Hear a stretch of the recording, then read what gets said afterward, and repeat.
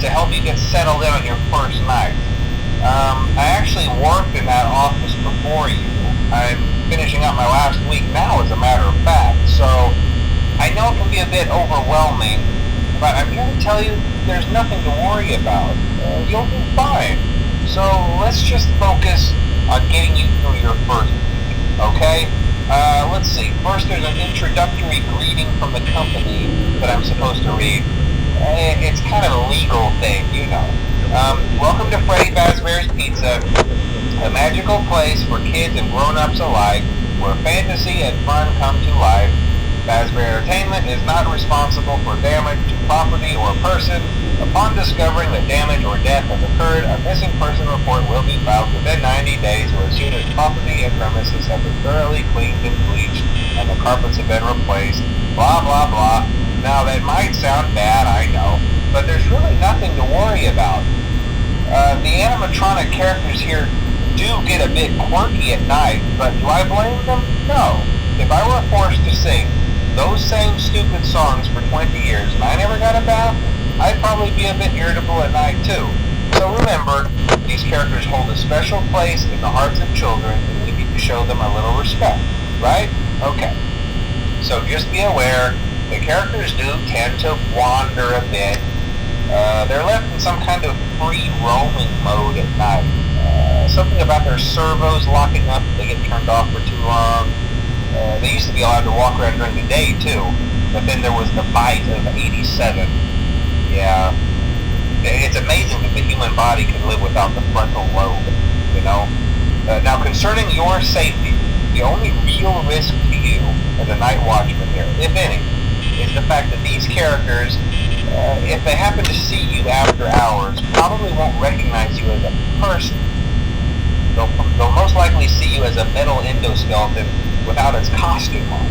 Now, since that's against the rules here at Freddy Fazbear's Pizza, they'll probably try to forcefully stuff you inside a Freddy Fazbear suit. Now, that wouldn't be so bad if the suits themselves weren't filled with cross beams, wires, and animatronic devices, especially around the facial area. So you can imagine how having your head forcefully pressed inside one of those could cause a bit of discomfort and death. The only parts of you that would likely see the light of day again would be your eyeballs and teeth that pop out the front of the mask. Yeah, they don't tell you these things when you sign up. But hey, first station of the breeze. I'll chat with you tomorrow. Check those cameras and remember to close the doors only if absolutely necessary. Gotta conserve power. Alright, good night.